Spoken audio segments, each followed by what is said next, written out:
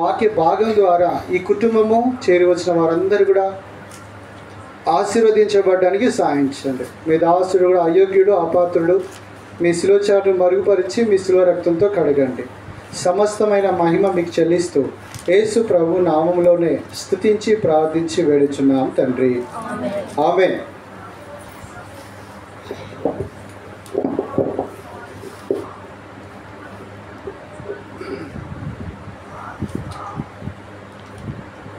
చాలామందికి దేవుని ద్వారా ఆశీర్వాదం పొందాలన్న ఆశ ఉంటుంది, కానీ చాలామంది పొందరు.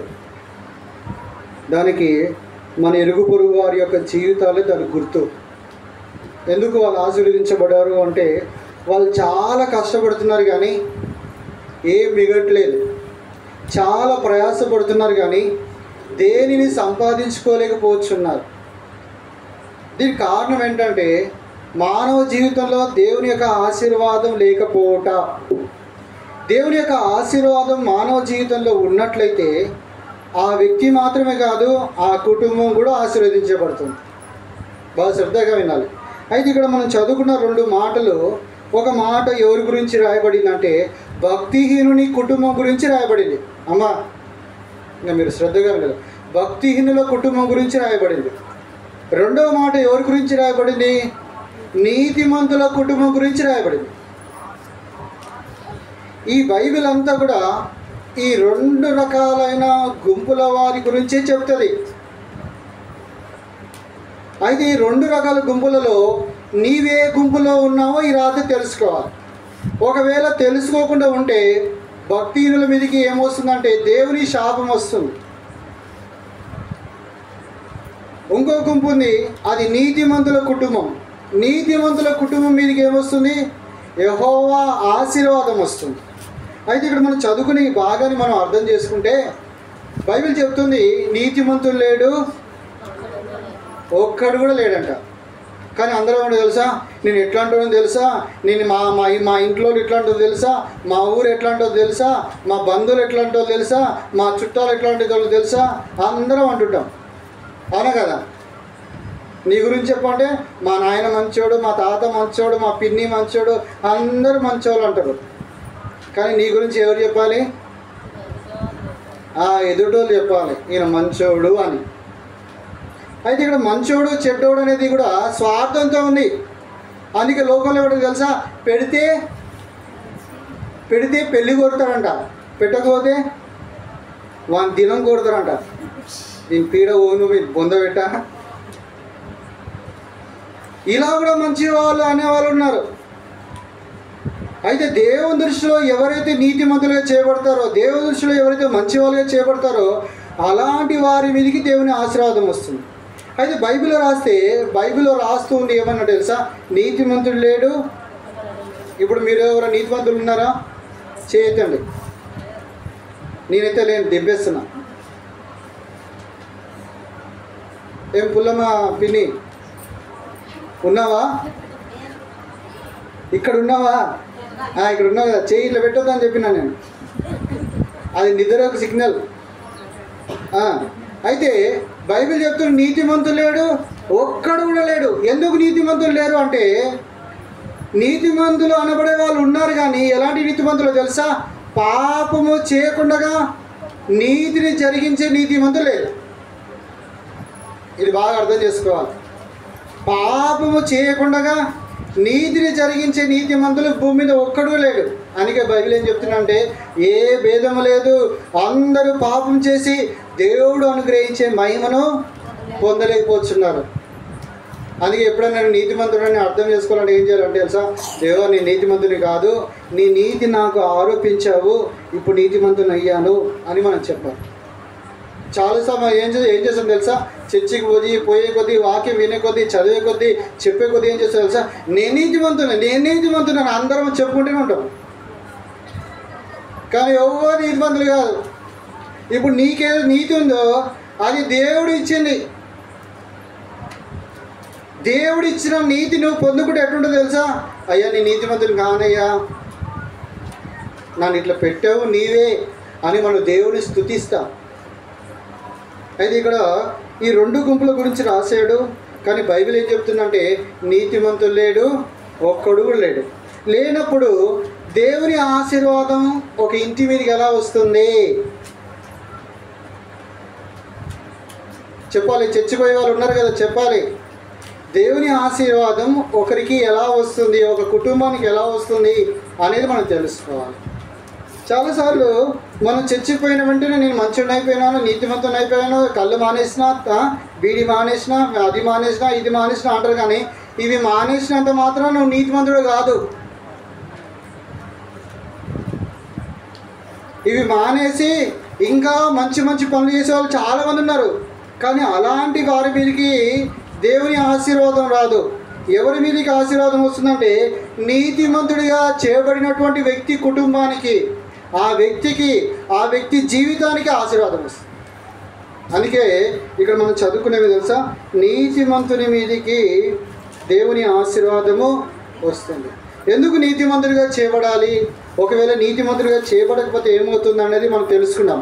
నీతిమంతుడిగా చేయబడకపోతే దేవుని శాపం వస్తుంది. ఎవరెవరికి మీదకి? ఆ వ్యక్తి మీదకి, ఆ కుటుంబం మీదకి, అక్కడున్న సమాజం అంతటి మీదకి కూడా దేవుని శాపం వస్తుంది.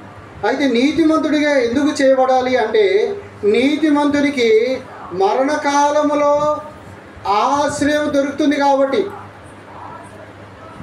నీతిమంతుడిగా చేయబడితే మరణకాలంలో నీకు ఆశ్రయం ఉంది. చూడండి, సామెతల 14వ అధ్యాయం, సామెతల గ్రంథం 14వ అధ్యాయం 32వ వచనం చదవండి ఒకరు. 14:32.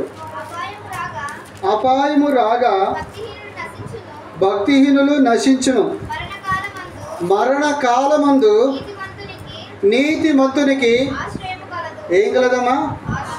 ఆశ్రయం కలదు. ఎప్పుడు కలదు? మరణకాలములో. అంటే నువ్వు నీతిమంతుడిగా చేయబడ్డావా చేయబడలేదని ఎప్పుడు తెలుస్తుంది తెలుసా? నువ్వు చచ్చిపోయేటప్పుడు తెలుస్తుంది. అమ్మ వింటున్నారా? అందుకే ఇల్లు వచ్చిన, ఆస్తి వచ్చిన, కారు వచ్చిన, బంగ్లా వచ్చిన, గొప్ప గొప్ప లాభాలు కలిగిన ఇవన్నీ నిన్ను దేవుని దగ్గరికి తీసుకుపో. చేతులు పెట్టుకో, అందరూ చేతులు పెట్టుకో.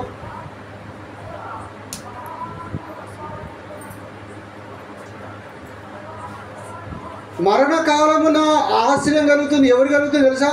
నీతిమంతులకు కలుగుతుంది. అందుకే ఇప్పుడు అంత్య దినాల్లో అంట అందరూ చర్చికి వస్తారంట. ఎట్లా వస్తారు తెలుసా? మందలు వస్తారంట. ఎంతమంది వస్తారు?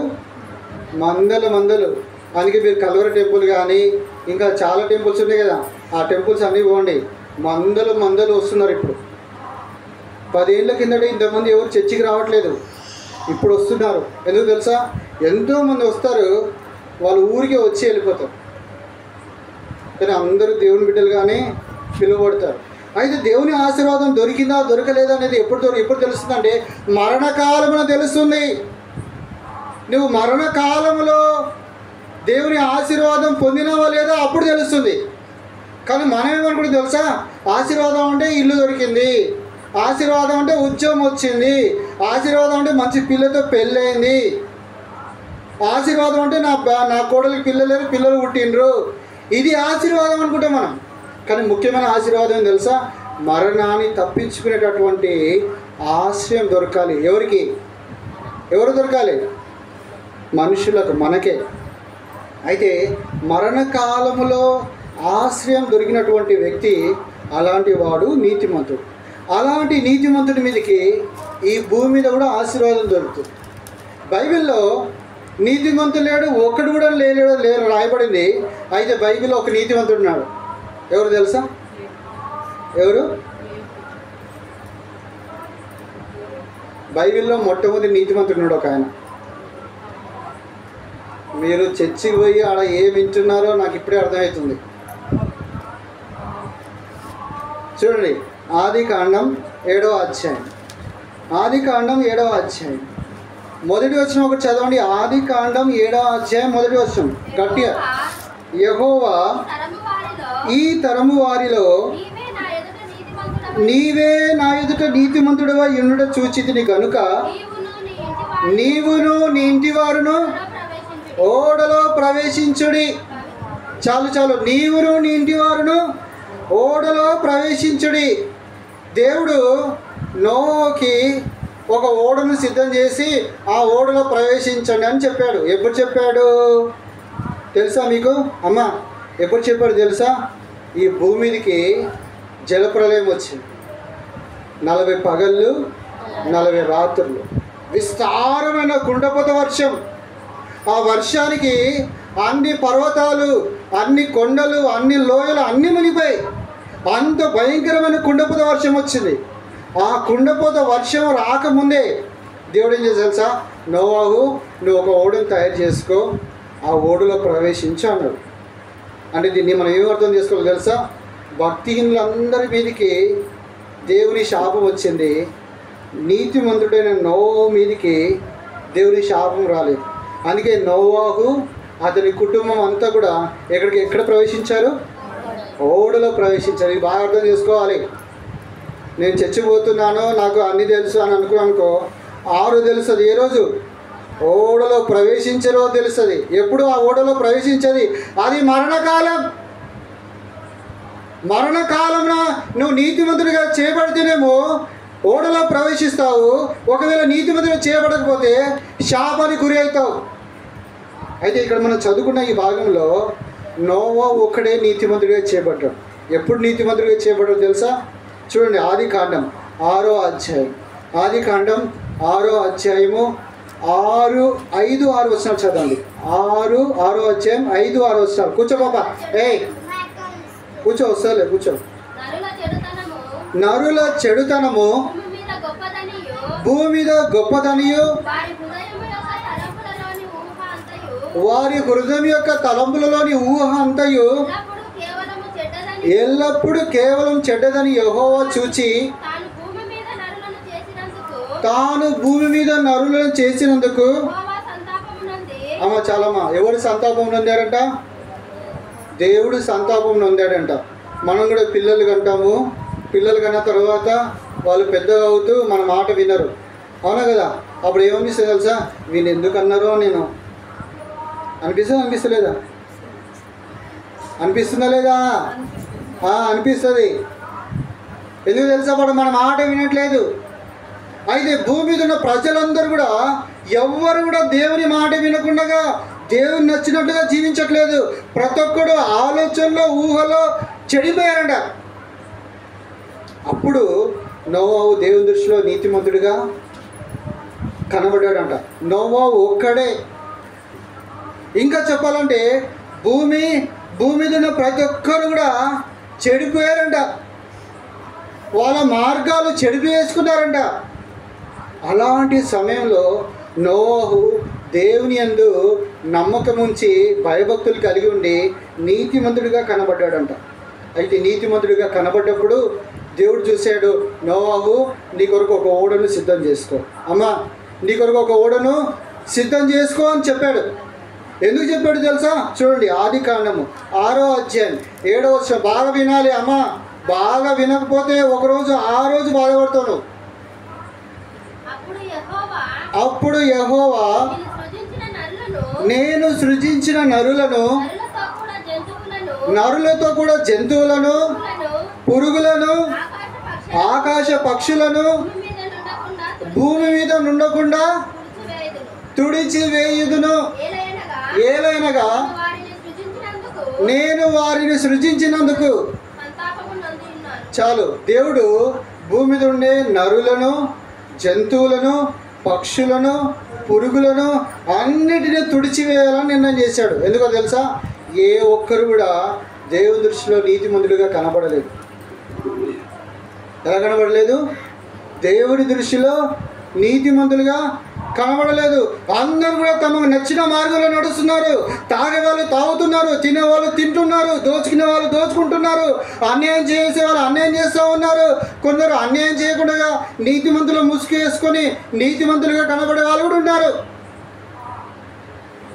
అయితే అలాంటి వాళ్ళ మీదకి ఏమొచ్చిందంటే దేవుని శాపం వచ్చింది. అయితే నోవా ఒక్కడు దేవుని దృష్టిలో ఎలా కనబడ్డాడు? చెప్పండమ్మా, నోరు తెరవండి. ఎలా కనబడ్డాడు? నీతిమంతుడిగా కనబడ్డాడు. అందుకే నీతిమంతుడికి కనబడ్డాడు కాబట్టి దేవుడు ఏం చేశాడు తెలుసా? నోవాహు నీ కొరకు ఒక ఓడని సిద్ధం చేసుకో. ఇప్పుడు నోవాహు ఓడని సిద్ధం చేశాడు. సిద్ధం చేసే ఈ సమయంలో అక్కడున్న ప్రజలందరూ చెప్పారు, అరే నువ్వు వెళ్ళే మార్గం తప్పురా, నువ్వు జీవించే జీవితం తప్పురా, అలా పోతే నువ్వు చచ్చిపోయి నరకంకి వెళ్ళిపోతావురా, మునిగిపోతావురా, నాశనం అయిపోతావురా అని 120 సంవత్సరాలు ప్రకటించాడు. ఎన్ని సంవత్సరాలు? మీ పిల్లలకి 10 సార్లు చెప్తేనే వీడు మారడు, నేను చెప్పానని మానేస్తాను. 10 సార్లు చెప్తే మీకు తెలుసా, పిల్లలకి 10 సార్లు చెప్తే ఒక్కసారి అర్థమవుతుందంట. ఎన్నిసార్లు అర్థమవుతుంది? 12 ఏళ్ళ వరకు వారికి ఒక్కసారి అర్థమవుతుందంట. 12 ఏళ్ళ తర్వాత 18 ఏళ్ళు వచ్చే వారికి 10 సార్లు చెప్తే 2 సార్లు అర్థమవుతాయంట. ఇప్పుడు చిన్నప్పటి నుంచే మనకు అర్థం కావాలంటే ఏం చేయాలి తెలుసా?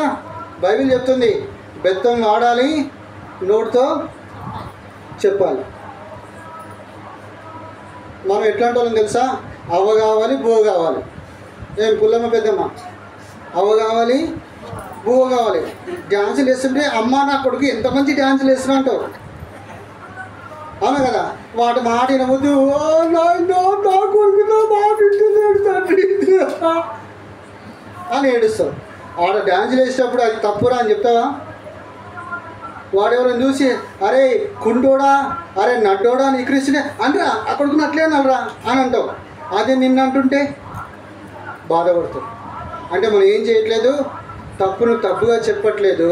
బెత్తం వాడాల్సిన సమయంలో బెత్తం వాడట్లేదు కాబట్టి వానికి ఏం తెలుస్తలేదు. అందుకే వాడు ఇప్పుడు ఎదిగి గాడిదంత వయసు వచ్చింది. ఎంత వయసు వచ్చింది? గాడిదంత వయసు వచ్చింది. ఇప్పుడు అసలుగా నీ మాట విన్నాడు. ఎందుకు తెలుసా? అప్పుడు నువ్వు సరిగా ఎక్కించలేదు ఛార్జింగ్. నువ్వు ఛార్జింగ్ సరిగా ఎక్కిస్తే కూర్చోరా అంటే కూర్చుంటాడు, లేరా అంటే లేస్తాడు. నువ్వు అప్పుడు సరిగా ఛార్జింగ్ ఎక్కించకుండా ఇప్పుడు ఇంటలేడు, ఈ మైక్ పని చేయదు. నువ్వు సచ్చినా పని చేయదు అది. ఎందుకు తెలుసా? నువ్వు సరిగ్గా ఎక్కియకపోతే అది పనిచేయదు. అయితే అప్పుడున్న లోకం అంతా, అప్పుడున్న ప్రజలందరూ కూడా వాళ్ళందరి మీదకి దేవుని శాపం వచ్చింది. వాళ్ళెవ్వరికి తెలియదు దేవుని ద్వారా నీతిమంతులుగా చేయబడాలని. దేవుని ద్వారా నీతిమంతులుగా చేయబడాలని ఎవరికి తెలియదు. అందుకే అందరూ శాపానికి గురయ్యారు. శాపానికి గురయ్యే సమయం వచ్చింది. సమయం వచ్చినప్పుడు దేవుడు అన్నాడు, నోవాహు నువ్వు ప్రవేశించు. నోవాహు మాత్రమే కాదు, నోవాహు భార్య కూడా. అమ్మా వింటున్నావా? నువ్వు ఒక్కదాన్ని చర్చికి వెళ్తే పని చేయదు. నీ ఇంట్లో ఉన్న అందరూ వెళ్ళాలి. అప్పుడే నువ్వు ఆశీర్వాదం పొందినట్లుగా. మా ఆయన ఇంటి లేడు, తాగుతున్నాడు, కొడుతున్నాడు అంటే, అదే చీర కావాలంటే అప్పుడేమో మాట వింటాడు నీకు. అమ్మగారి ఇంటికి పోవాలంటే అప్పుడేమో మీ ఆయన మాట వింటాడు, మిగిలిన టైంలో మాట విన్నాడు. అంతేనా? అన్ని అబద్ధాలు. దేవుని మోసం చేస్తున్నారు, మిమ్మల్ని మీరు కూడా మోసం చేసుకుంటున్నారు. ఎట్లా నువ్వు చూడు, అన్నం వండుకుని టైట్ చేయి, నీ మాట వినడా? అట్లే ఇంట్లో చేశారు, మళ్ళీ నా మీదకి వస్తారు కొట్టడానికి.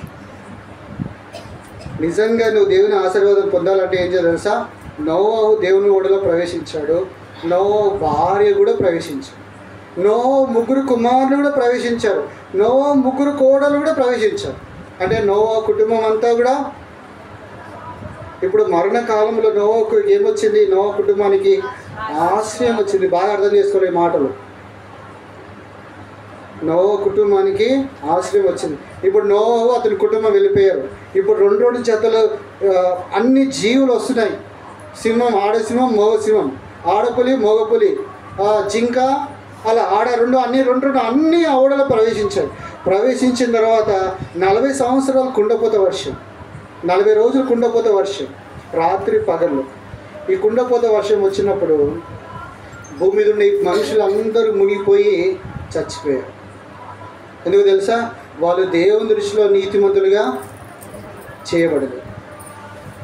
బాగు వింటున్నామా? నువ్వు దేవుని దృష్టిలో నీతిమంతులుగా చేయబడకుండా లోకమంతటి దృష్టిలో, మీ ఇంట్లో వాళ్ళందరి దృష్టిలో, నీ దృష్టిలో నువ్వు నీతిమంతుడు అయినా కూడా మరణకాలంలో నీకు ఆశ్రయం లేదు. నిత్య నాశనానికి, నరకానికి, అగ్నిగుండానికి వెళ్తావు. జాగ్రత్త సుమా జాగ్రత్త.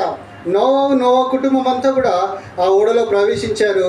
మిగిలిన వాళ్ళందరూ ఆ నీటిలో మునిగిపోయి అయ్యో అయ్యో నోవావు తలుపు తీ అంటే ఏడ తీస్తాడు తలుపు?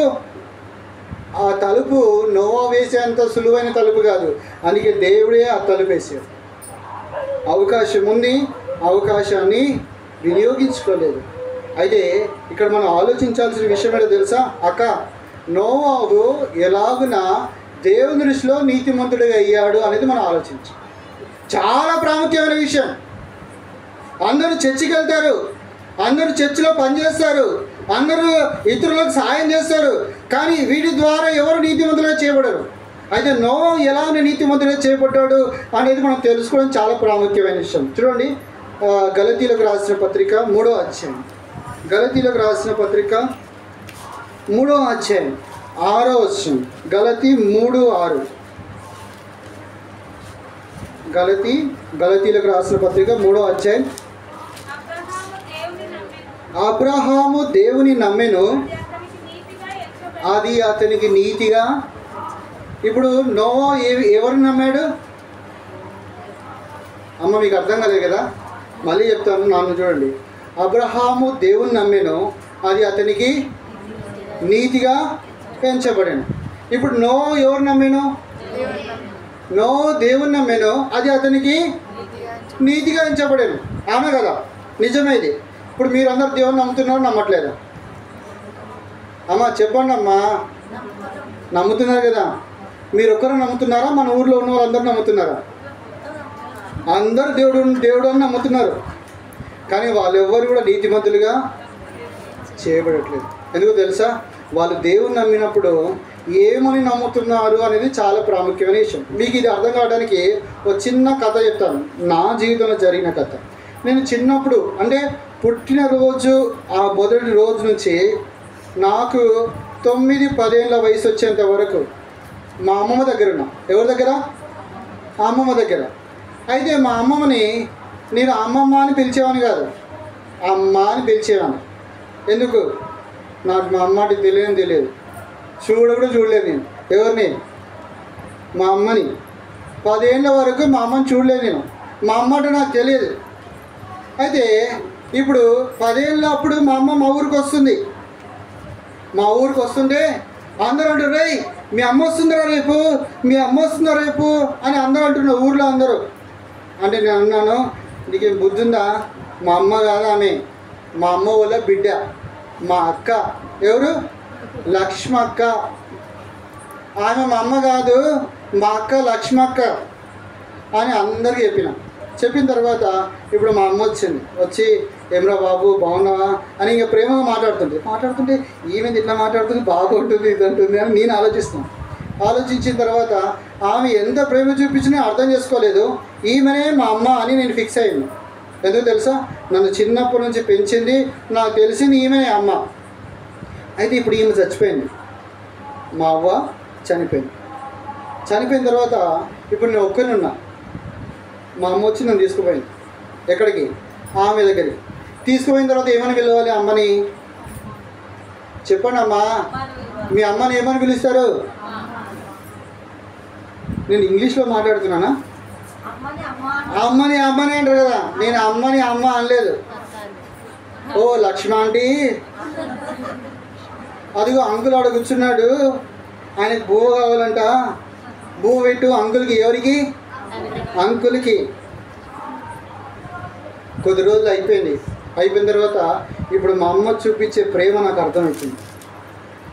చూపించే ప్రేమ అర్థమైన తర్వాత అప్పుడు మా అమ్మని చూసి అమ్మ అని పెంచాను. మా అమ్మ తెలిసిన 3 సంవత్సరాల తర్వాత ఆమె చచ్చిపోయింది. నాకు మా అమ్మ అని తెలిసిన 3 సంవత్సరాల తర్వాత మా అమ్మ చచ్చిపోయింది.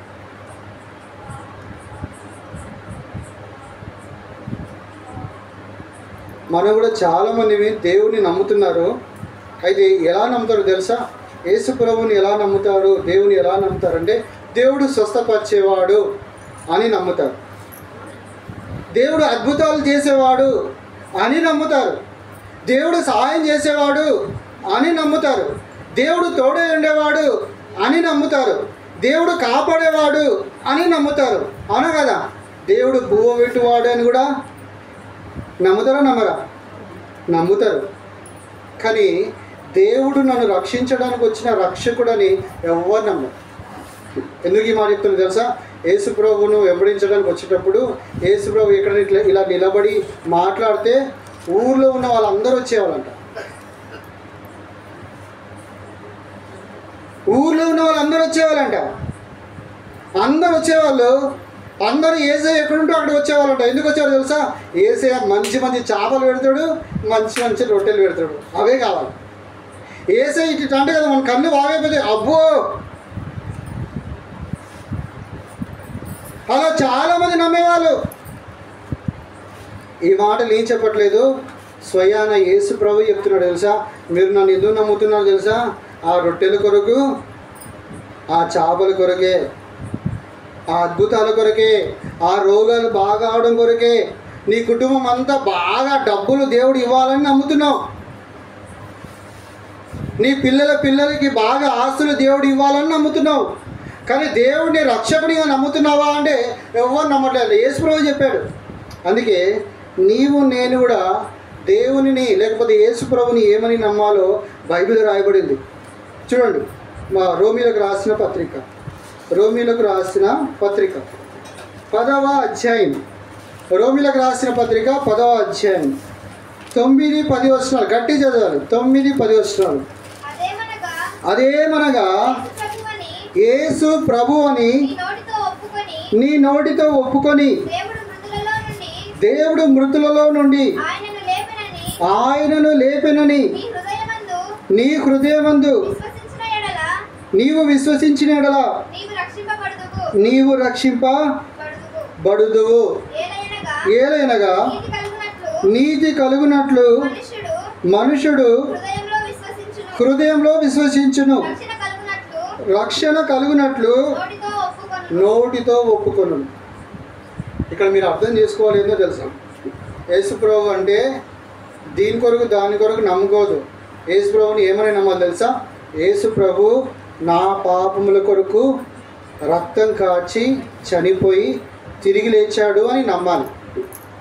దేవుడు ఆయనను తిరిగి లేచాడని నోటితో ఒప్పుకోవాలి. అమ్మా, ఈ మాటలు బాగా అర్థం చేసుకోండి. ఒకవేళ ఇలా చేయకుండా నువ్వు ఎన్ని సంవత్సరాలు చచ్చిపోయినా కూడా నువ్వు ఎప్పుడు తెలుస్తుంది తెలుసా? మరణకాలంలో తెలుస్తుంది నువ్వు నీతిమంతుడిగా చేయబడ్డావా లేదా అని అప్పుడు తెలుస్తుంది.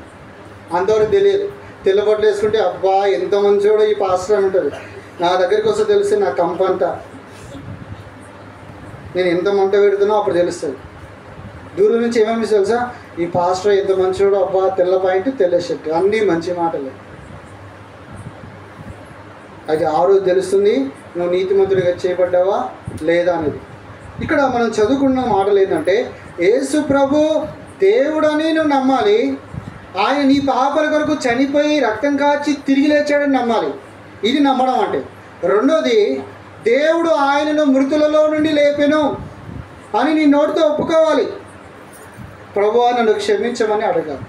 ఎప్పుడైతే ఇలా అడుగుతావో నువ్వు నీతిమంతుడిగా చేయబడు. అంతవరకు నీతిమంతుడిగా చేయబడు. అందుకే యేసు ప్రభు అన్నాడు, నేను మళ్ళీ వస్తాను. ఎప్పుడు వస్తాడు తెలియదు, ఎప్పుడు వస్తాడు నాకే చెప్పలేదు. కానీ ఆయన వస్తాడు.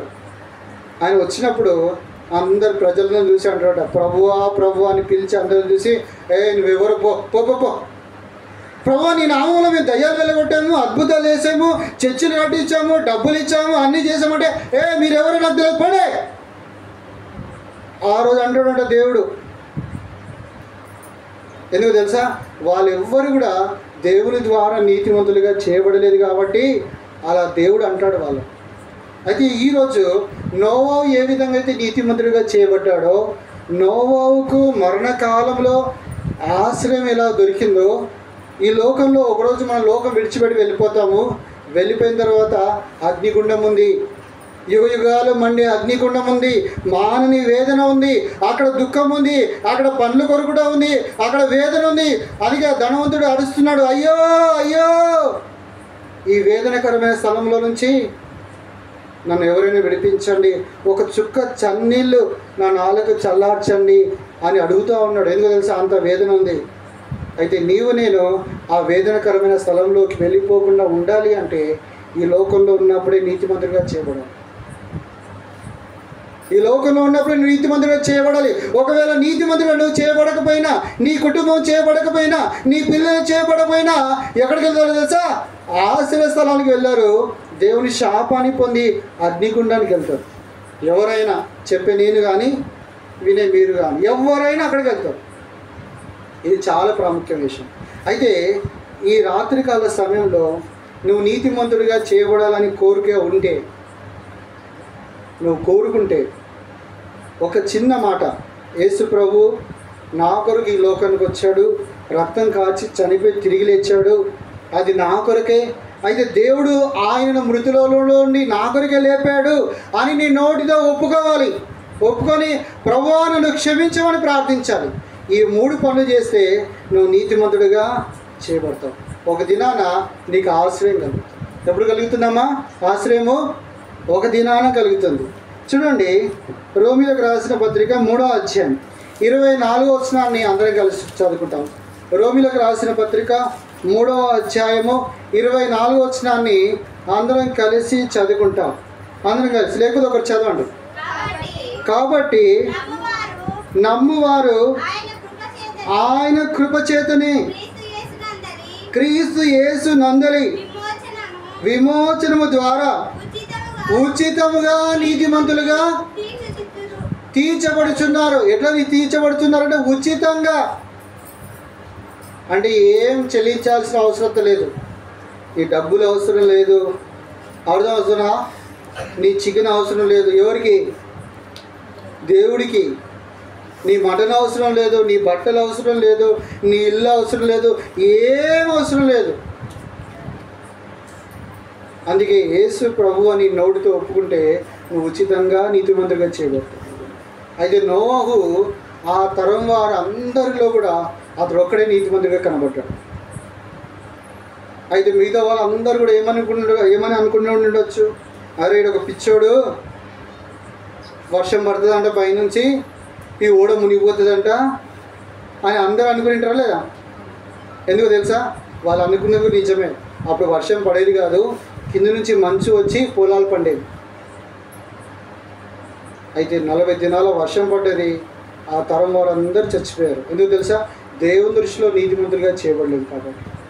అది ఈ రాత్రికాల సమయంలో నువ్వు నీతిమంతుడిగా చేయబడాలని ఆశ ఉంటే ఒక చిన్న ప్రార్థన, యేసయ్య నా కొరకు ఈ లోకానికి వచ్చావు, నువ్వు దేవుడవు, నా పాపంలో కొరకు నువ్వు రక్తం కాచావు, చనిపోయి తిరిగి లేచావు, నేను నమ్ముచున్నాను, యేసయ్య నన్ను క్షమించాడు చాలు, ఉచితంగా నీతిమంతుడిగా చేయబడతావు. ఉచితంగా ఉచితంగా ఉచితంగా.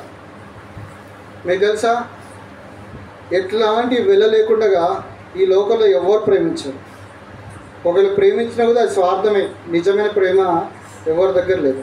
అయితే దేవుడు ఒక్కడే ఎలాంటి స్వార్థం లేకుండా, ఎలాంటి లాభ అపేక్ష లేకుండా నిన్ను నన్ను ప్రేమిస్తున్నాడు. అందుకే ఉచితంగా ఇచ్చాడు ఇవన్నీ. దేవుడు ఏమేమి ఇచ్చాడు ఉచితంగా చెప్పండి? అన్నీ ఇచ్చాడని చెప్పద్దు, ఏమేమి ఇచ్చాడో చెప్పాలి. గాలినిచ్చాడు, నీరునిచ్చాడు, ఆహారం ఇచ్చాడు, ఇంకేమి ఇచ్చాడమ్మా? చలి పెడుతున్నా, వేడి పెడుతున్నా, ఇవన్నీ ఎవరిచ్చాడు? దేవుడిచ్చాడు. చలి పెట్టాలంటే ఏసీ పెట్టుకోవాలి. ఏసీ పెట్టుకునే కరెంట్ బిల్ ఎంత వస్తుందో తెలుసా నెలకి? నీ జీతం కావాలి దానికి 10,000. అయితే దేవుడు ఫ్రీగా ఇచ్చాడు. మొన్న కరోనా వచ్చింది, హాస్పిటల్కి పోతే సిలిండర్కి ఒక్కొక్కరి దగ్గర మొత్తం గీగిరి పైసలన్నీ. దేని కొరకు తెలుసా? గాలి కొరకు. ఆ గాలి కొరకు లక్షలు ఖర్చు పెట్టారు. ఇవన్నీ దేవుడు మనకు ఫ్రీగా ఇచ్చాడు. ఇవన్నీ మాత్రమే కాదు, దేవుడు రక్షణ కూడా ఫ్రీగా ఇచ్చాడు. నువ్వు నీతిమంతుడిగా చేయబడాలని. నువ్వు నీతిమంతుడిగా చేయబడితే నీకు చాలా లాభాలు, చాలా దీవెనలు ఉంటాయి. అయితే ఈ రాత్రికాల సమయంలో నువ్వు నీతిమంతుడిగా చేయబడాలని ఇష్టపడుతున్నావా లేదనేది చాలా ప్రాముఖ్యమైన విషయం. ఎప్పుడైతే నువ్వు నీతిమంతుడిగా చేయబడతావో ఈ లోకంలో నీకు కనబడేది ఒక ప్రాముఖ్యమైన విషయం ఉంటుంది. చూడండి, బైబిల్లో రాసింది యెషయా గ్రంథం 32వ అధ్యాయం. యెషయా గ్రంథం 32వ అధ్యాయం 17వ వచనం. యెషయా గ్రంథం 32:17. ఆమె బాగా వినాలి. నీతి సమాధానము, నీకు లోపల సమాధానం కలుగుతుంది. ఫస్ట్ నువ్వు నీతిమంతుడిగా చేయబడితే సమాధానం కలుగుతుంది. ఇప్పుడు సమాధానం ఎవరెవరు కలుగుతుంది తెలుసా? పైసలు ఉంటే సమాధానం కలుగుతుంది. అది 2 నెలలు జీతం వేయలేదనుకో, ఇంకా కనబడితే నీ సమాధానం.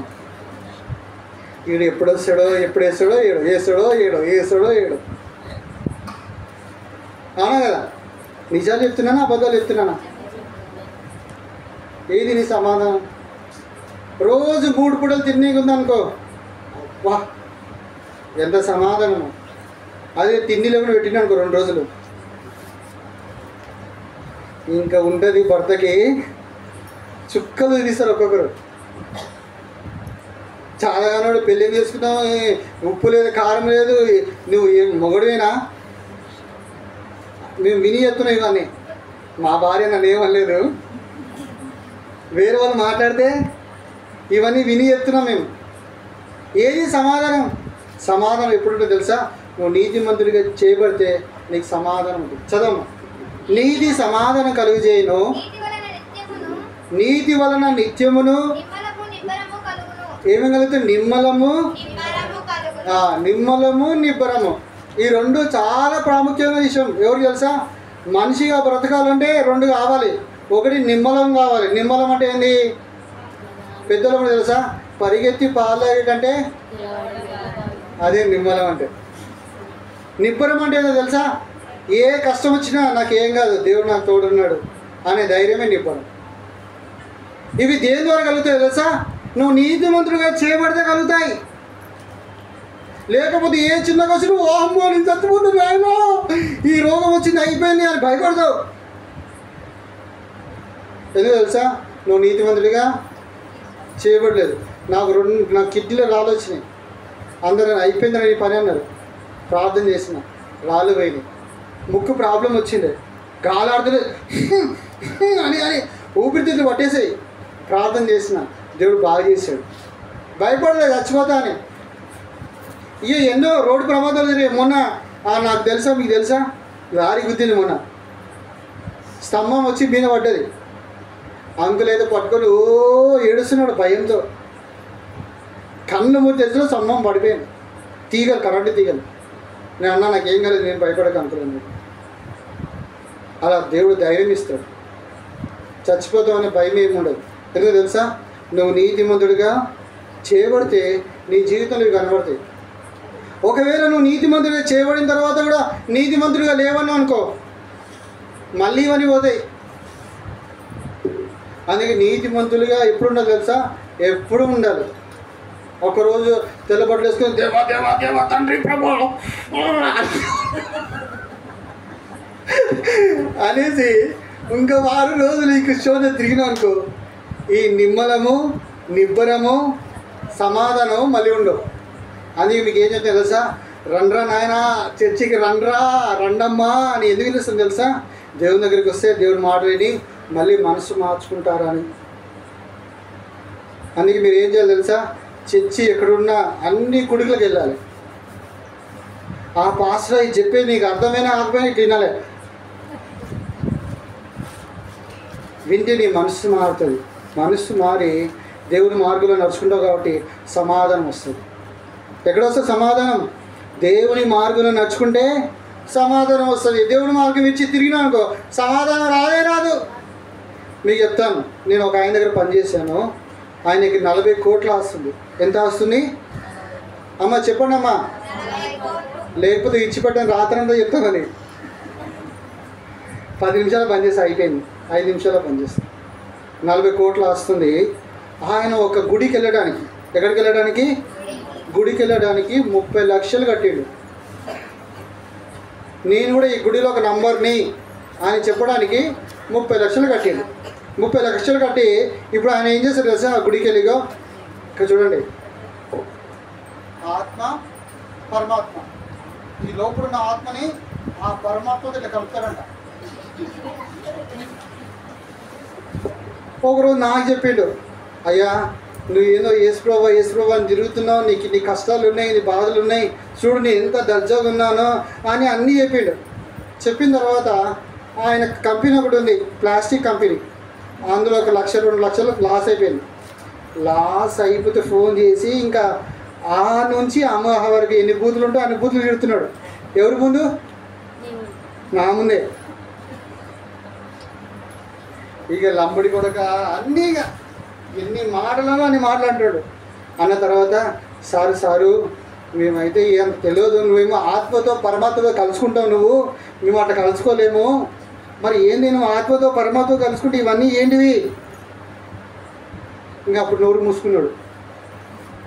ఎందుకో తెలుసా? నీతిమంతులుగా వాళ్ళు జీవించలేదు. ఎవరైతే నీతిమంతులుగా చేయబడతారో అలాంటి వాళ్ళు దేవుని దగ్గరికి వస్తూ ఉంటే దేవుని వాక్యం వింటూ ఉంటే, దేవుని సన్నిధిలో ప్రార్థన చేస్తూ ఉంటే, దేవుని సన్నిధిలో నేను ఇట్లా ఉన్నానయ్యా, నా పరిస్థితి ఇట్లున్నాయి, నా మాటలు ఇట్లున్నాయి, నా ఆలోచన ఇట్లున్నాయి, నేను కొట్లాడుతున్నాను, నా చేత కావట్లేదు, నేను తిట్టకుండా ఉండలేకపోతున్నాను, కొట్టకుండా ఉండలేకపోతున్నాను ప్రార్థన చేసినానుకో దేవుడు శక్తి ఇస్తాడు. మళ్ళీ నీకు నా సమాధానము, నిమ్మలము, నిబ్బరం కలుగుతుంది. ఇంకా ఏమవుతుంది తెలుసా? నువ్వు నీతిమంతుడిగా చేయబడితే దేవుని కనుదృష్టి నీ మీద ఉంటుంది. ఇంకా ఏమవుతుంది తెలుసా? దేవుని కనుదృష్టి నీ మీద ఉండడం మాత్రం కాదు, నువ్వు ప్రార్థన చేసినప్పుడు దేవుడు చెవి పెడతాడా? ఏంటి లాస్ట్ ఏంటి చెప్పు, వింటున్నా కొంచెం గట్టిగా చెప్పు అని దేవుడు వింటాడు. నువ్వు చెప్పడం చాలు, దేవుడు చెవి పెట్టి వింటాడంట. బైబిల్లో రాస్తుంది, ఊరికే చెప్పట్లేదు అవన్నీ. నువ్వు ఎప్పుడైతే నీతిమంతుడిగా చేయబడి నీతిమంతులుగా జీవిస్తావో అప్పుడు దేవుడు నువ్వు మొరపెట్టిన వెంటనే వింటాడు. ఇప్పుడు నీతిమంతులుగా జీవించడం అనేది ఏదో ఒకటి చదువుకొని మనం ప్రార్థన చేసుకుంటాం. రండి, అపోస్తుల కార్యములు 10వ అధ్యాయం. అపోస్తులు 10వ అధ్యాయం మొదటి 2 వచనాలు చదవండి ఒకరు. అమ్మ వినుడి. ఇటలీ పటాలమనబడిన పట్టణములో శతాధిపతి అయిన కొర్నేలి అని ఒక భక్తిపరుడు కైసరిలో ఉండెను. అమ్మ వినండి, ఈయన ఎవరంట? భక్తిపరుడు. భక్తిపరుడు అంటే అక్క చెప్పండి. భక్తిపరుడు అంటే అమాస పుణ్యానికి చచ్చిపోయేవాడు భక్తిపరుడు కాడు. వాడు ఇట్లా సూర్యుడు పైకి వచ్చేలోపు ప్రార్థన పనిచేసేవాడు భక్తిపరుడు కాడు. అర్థమవుతుందా? ఈయన భక్తిపరుడు అంట. ఎక్కడో తెలుసా? ఇటలీ పటాలమనబడిన పట్టణంలో. అంటే ఒక ఇంట్లో కాదు, ఆ పట్టణంలోనే భక్తిపరుడు. ఇప్పుడు మనకు పట్టణం ఏంటి? కర్నూలు. మన కర్నూలు జిల్లా నాది. పట్టణం అంటే ఏంటి మరి? మన కర్నూలు అందరినీ పట్టణం అంటారు, పెద్దదాన్ని పట్టణం అంటారు. అట్లానే హైదరాబాద్ కూడా పట్టణమే. హైదరాబాద్ మహానగరం అని రాసుంటుంది. అలాంటి పట్టణంలో అతడు భక్తిపరుడు అంట. ఇంకా చదవండి. అతడు తన ఇంటి వారందరితో కూడా దేవుని భయభక్తులు కలిగి ఉండి ప్రజలకు బహు ధర్మం చేయవాడు, ఎల్లప్పుడూ దేవునికి ప్రార్థన చేయవాడు. మీకు అర్థం చేసుకోవాలి, ఎల్లప్పుడూ దేవునికి. ఇది భక్తి అంటే. నువ్వు ప్రార్థన చేయాలంటే ఆడ డ్యూటీలో చేయాల్సినవన్నీ చేసేసి వాళ్ళకి పెట్టాల్సినవన్నీ లిగాట్లు పెట్టేసి వీడికి వచ్చి కొంగు కక్కుని, దేవా నా కొడుకుని దీవించు, నా పిల్లలు దీవించు, నా ఇంటిని దీవించు అంటే, అరే నీ సంగతి నాకు తెలుసురా దొంగడా. ఎవరంటారు? నేనను. ఎందుకు తెలుసా? దేవుడికి అందరి హృదయాంతరంగాలు తెలుసు. అందుకే నువ్వు ఎప్పుడైతే నీతిమంతుడు ఉంటావో అప్పుడు దేవుని కనుదృష్టి నీ మీద ఉంటుంది. నువ్వు చేసే ప్రార్థనలు అన్నీ వింటాడు. విన్న తర్వాత నీకేమేమి అవసరం ఉన్నాయో అవన్నీ నీకు అనుగ్రహిస్తాడు. అంటే ఇప్పుడు నీ పిల్లలకు ఉద్యోగం కావాలా? ఉద్యోగం ఇస్తాడు. నీ భర్త రక్షించబడాలా? రక్షించబడతాడు. నీ ఆరోగ్యం బాగా కావాలా? బాగా అవుతావు నువ్వు. ఎప్పుడో తెలుసా? దేవుని నచ్చినట్లుగా నువ్వు జీవిస్తూ ఉంటే, లేకపోతే బాగావు. రోజుకి రోగాలు పెరుగుతుంటాయి, ఒక్కొక్కటి పెరుగుతుంటాయి. ఎందుకు తెలుసా? నీకు ఇష్టం వచ్చినట్టు ఆట ఆడుతున్నావు కాబట్టి. దేవుని దగ్గరికి వస్తే అన్నీ నిజంగా బాగైతే కానీ ఎందుకు బాగట్లేదు తెలుసా? చర్చికి పోయే వాళ్ళకి ముందు ముఖ్యంగా బాగోట్లేదు. ఎందుకు బాగోట్లేదు తెలుసా? వాళ్ళు దేవుని చెప్పినట్లుగా నడవట్లేదు. ఒక మాట చదవండి, ప్రార్థన చేసుకుంటాం. నిర్గమకాండం 15వ అధ్యాయం 26వ వచనం గట్టి చదవండి. నిర్గమకాండం 15:26 తొందరగా చదవాలి, అయిపోయింది. మీ దేవుడిని యెహోవా వాక్కును శ్రద్ధగా విని ఆయన దృష్టికి న్యాయమైనది చేసి ఆయన ఆజ్ఞలకు విధేయులై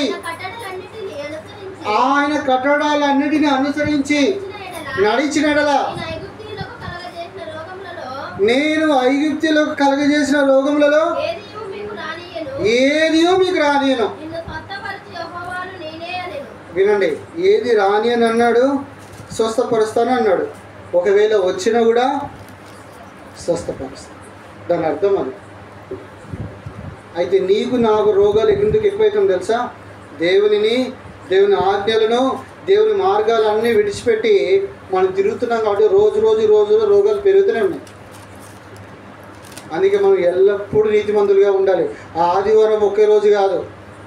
మనం ఎట్లాంటి నీతిమంతులు తెలుసా? మనదేమో మంగళవారం, వేరే వాళ్ళది సోమవారం. ఇలాంటి నీతివంతులు. మనకేమో నీతులు బాగా చెప్తాం, వేరే వాళ్ళకి ఇట్లా ఉంటాడా అని చెప్తాం మనం. నీ కొడుకే లంగా దొంగ అయిపోయాయి. నిజమే అబద్ధాలా? నిజాలు చెప్తారు, నేను అబద్ధాలు అసలు చెప్తాను. కాబట్టి ఫస్ట్ నీ ఇంట్లో ఉన్న పిల్లలకి సరిగా బుద్ధి చెప్పు. అరే ఓరే అట్లా ఉండొద్దురా అని చెప్పి వాళ్ళని చక్కగా చేసి తర్వాత వేరేకి చెప్పాలి. అయితే ఈ రాత్రికాల సమయంలో మనం రెండు మాటలు చూసాం. ఏంటి 2 మాటలు? భక్తిహీనుని ఇంటి మీదికి ఎవరి శాపం వస్తుంది? దేవుని శాపం వస్తుంది. నీతిమంతుని ఇంటి మీదికి ఏమొస్తుంది? ఆశీర్వాదం వస్తుంది. అయితే ఈ రాత్రికాల సమయంలో నోవా కుటుంబం మరణకాలంలో కాపాడబడ్డానికి ముఖ్యమైన కారణం ఏంటంటే నోవా దేవుని దృష్టిలో నీతిమంతుడిగా చేయబడ్డాడు. అరే ఈ రాత్రికాల సమయంలో నువ్వు నీతిమంతుడిగా చేయబడాలని ఆశ ఉందా? నీతిమంతుడిగా చేయబడాలని ఆశ ఉంటే మోకరించండి, కళ్ళు మూసుకోండి. మీ గురించి ప్రార్థన చేస్తాను. మోకరించి కళ్ళు మూసుకోండి. ఇటు అటు చూడొద్దు, ఏం మాట్లాడొద్దు. కళ్ళు మూసుకోండి. అయిపోయింది, కళ్ళు మూసుకోండి. ఎవరైనా నేను నీతిమంతుడిగా చేయబడాలి, లేకపోతే నేను నశించి దేవుని శాపానికి గురి అవుతానని ఒకవేళ ఆవేదన ఉండి నీ నీతిమంతుడిగా చేయబడాలని ఆశ ఉంటే నీ చేయి కనబడడానికి నీ తల కంటే పైగా చేయి ఉంచు. నీ కూడా ప్రార్థన చేస్తాను. నీ నీతిమంతుడిగా చేయబడాలని ఆశ ఉంటే నీ చెయ్యి నీ తల కంటే పైగా ఎత్తి ఉంచు. నీ గురించి ప్రార్థన చేస్తాను. అమ్మ దేవుడు నిన్ను క్షమించును గాక, దేవుడిని నీతిమంతురాలుగా చేయను గాక.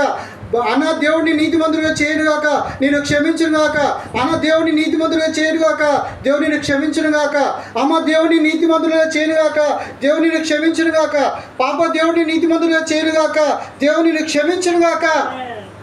ఆ నిత్య నరకం అగ్నిగుండం తప్పించుకుందు గాక. ఇంకెవరైనా ఉన్నారా? ఒకవేళ నీవు మోసపోయి అలాగున విడబడితే ఒకరోజు అగ్నిగుండానికి వెళ్తావు.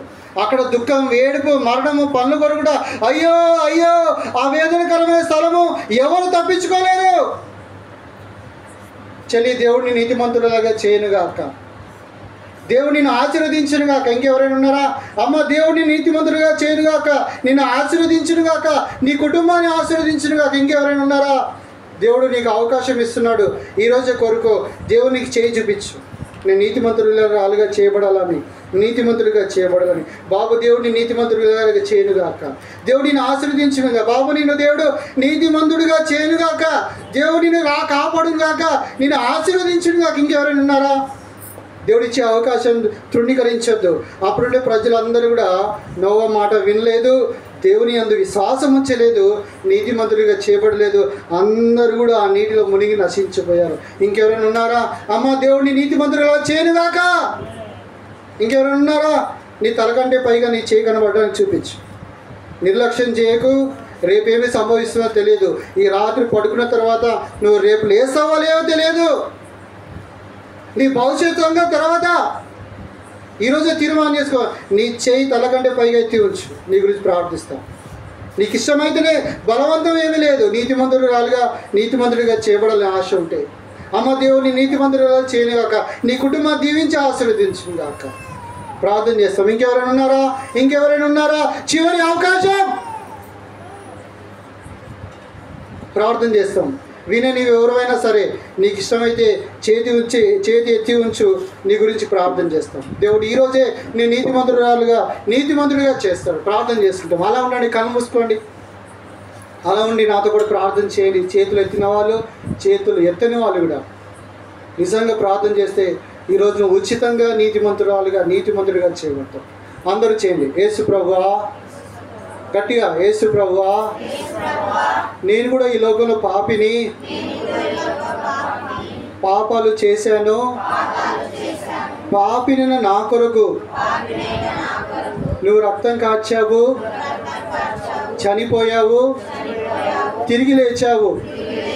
నేను నమ్ముచున్నాను యేసయ్యా, నా పాపములు క్షమించు, నన్ను నీ బిడ్డగా చేసుకో. ఈ రాత్రి నన్ను నీతిమంతురాలుగా చేయి. యేసే నామంలో అడుగుతున్నాను తండ్రి, ఆమేన్. ఎవరైతే నిజంగా ప్రార్థన చేశారో, నిజంగా విశ్వాసం ఉంచారో, యేసు ప్రభు నీ పాపముల కొరకు నిన్ను నీతిమంతుడిగా చేయడం కొరకు ఆయన రక్తం కాచి చనిపోయి తిరిగి లేచాడని ఎవరైతే నమ్ముతున్నారో అలాంటి వారందరూ నిజంగా నీతిమంతుడిగా చేయబడ్డారు. నీ జీవితంలో దేవుని దీవెన ఆశీర్వాదం నీకు, నీ కుటుంబానికి ఉంటుంది. ప్రార్థన చేస్తాం. ప్రేమగల తండ్రి, దయగల దేవ, యేసు ప్రభు వారి నామంలో మీకు వందనాలు, స్తోత్రాలు చెల్లిస్తూ వస్తున్నాం. ఈ రాత్రికాల సమయంలో ప్రభా, మరి మీ దాసుడు చిన్నయ్య గారు, రాధమ్మ గారి కొరకు వందనాలు చెల్లిస్తున్నాం. వాళ్ళు నేను ప్రేమించినటువంటి వారై నీ సన్నిధి వారి గృహంలో ఉండాలని, వారి జీవితంలో, వారి పిల్లల జీవితంలో మీరు చేసిన మేలులకు కృతజ్ఞతగా ఈ కూడిగా కలిగి ఉండడానికి కృప చూపించావు. వందనాలు. మా మధ్యలో మీరు ఉండి మీరు మాట్లాడిన విధానం కొరకు స్తోత్రాలు.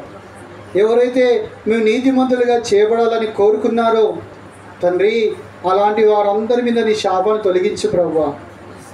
అలాంటి వారందరినీ మీరు దీవించి వారిని, వారి కుటుంబాన్ని ఆశీర్వదించమని ప్రార్థిస్తున్నాం.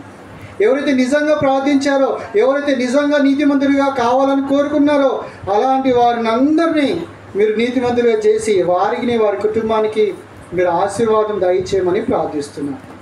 దేవా, దయతో జ్ఞాపకం చేసుకోండి. ముఖ్యంగా ప్రభువా, మరి చిన్నయ్య గారి కొరకు, మరి రాధమ్మ గారి కొరకు వందనాలు. వారిని ప్రేమించి మీరు అనుగ్రహించిన 2 కుమారుల కొరకు స్తోత్రాలు. మరి రాజు కొరకు మీకు వందనాలు చెల్లిస్తున్నాం. అద్భుత రీతిగా తనకు ఒక మంచి ఉద్యోగం హైదరాబాద్లో మీరు సాఫ్ట్వేర్ కంపెనీలో మీరు అనుగ్రహించినందు కొరకే కృతజ్ఞతాస్తుతులు చెల్లిస్తున్నాం. అదేవిధంగా ప్రభు మనోజ్ కొరకు కూడా మీకు వందనాలు చెల్లిస్తున్నాం. ఆయన కూడా బీటెక్ చదువంతా కూడా పూర్తి చేసుకోవడానికి మీరు చేసిన సహాయం అందరి కొరకే కృతజ్ఞతాస్తుతులు చెల్లిస్తున్నాం. తండ్రి, ఈ కుటుంబాన్ని జ్ఞాపకం చేసుకోండి. ఈ కుటుంబాన్ని, ఆ కుటుంబంలో ఉన్న అక్కర్లన్నీ తీర్చండి. ముఖ్యంగా ప్రభువా, ఈ కుటుంబం మీద మీ ఆశీర్వాదం కుమ్మరించమని ప్రార్థిస్తున్నాం.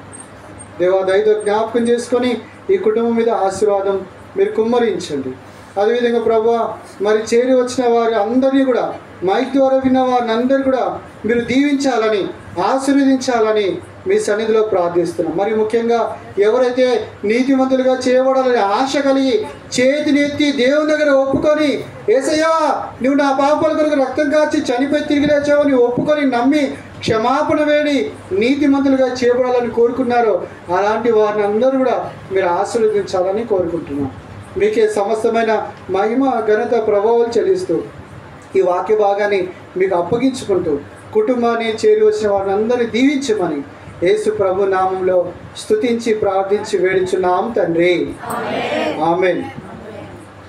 అంకుల్, తిమ్మద్ అంకుల్, ప్రార్థన చేసుకుందాం. చివరి ప్రార్థన. మన తండ్రి అయిన దేవుని ప్రేమ, ప్రభువైన యేసుక్రీస్తు వారి కృప, పరిశుద్ధ ఆత్మదేవుని యొక్క అన్యోన్యమైన సహవాసం మనకును సకల పరిశుద్ధులకును చేరి వచ్చిన వారికి అందరికీ, ముఖ్యంగా ఈ కుటుంబానికి తోడై నడిపించును గాక. ఆమేన్. ఆమేన్.